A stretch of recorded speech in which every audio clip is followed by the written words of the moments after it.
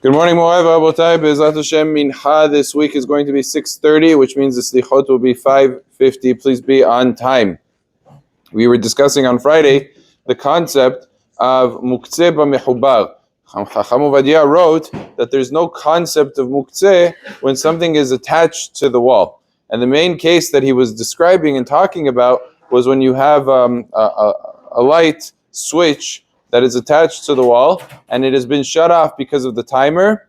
You're allowed to press the button so it doesn't turn back on in a few hours, meaning to extend what is currently there. Since it's off and it's going to turn on, you're allowed to shut it off so that it won't turn on eventually since it's already off. So that was because of two factors. He said, En muktze b'mechubar, since it's attached to the wall, there's no concept of muktze. And the second point is you made a condition, you made a tenai, a stipulation already from before Shabbat that you were going to allow yourself to do that if needed.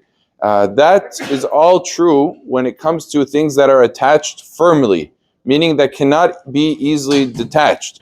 But if you have, for example, an extension cord that's plugged into the wall, we don't say en muktze b'mechubar in such a case.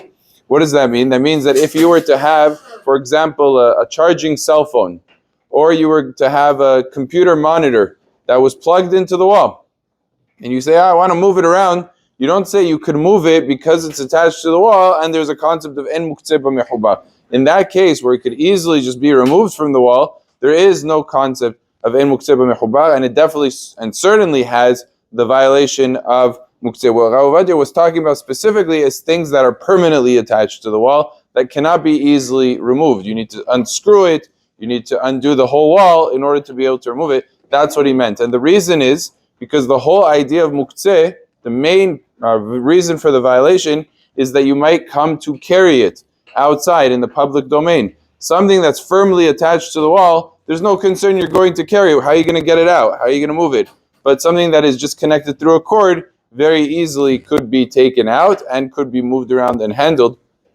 And therefore, by the first case, where it's firmly attached, that's where we say en muktze b'mechubar. But in the second case, where it's attached very loosely, we would not say this concept at all of en muktze b'mechubar. And that's besides the point that there's a big disagreement if there's even such a concept called en muktze b'mechubar. Baruch Adonai le'olam. Amen ve'amen.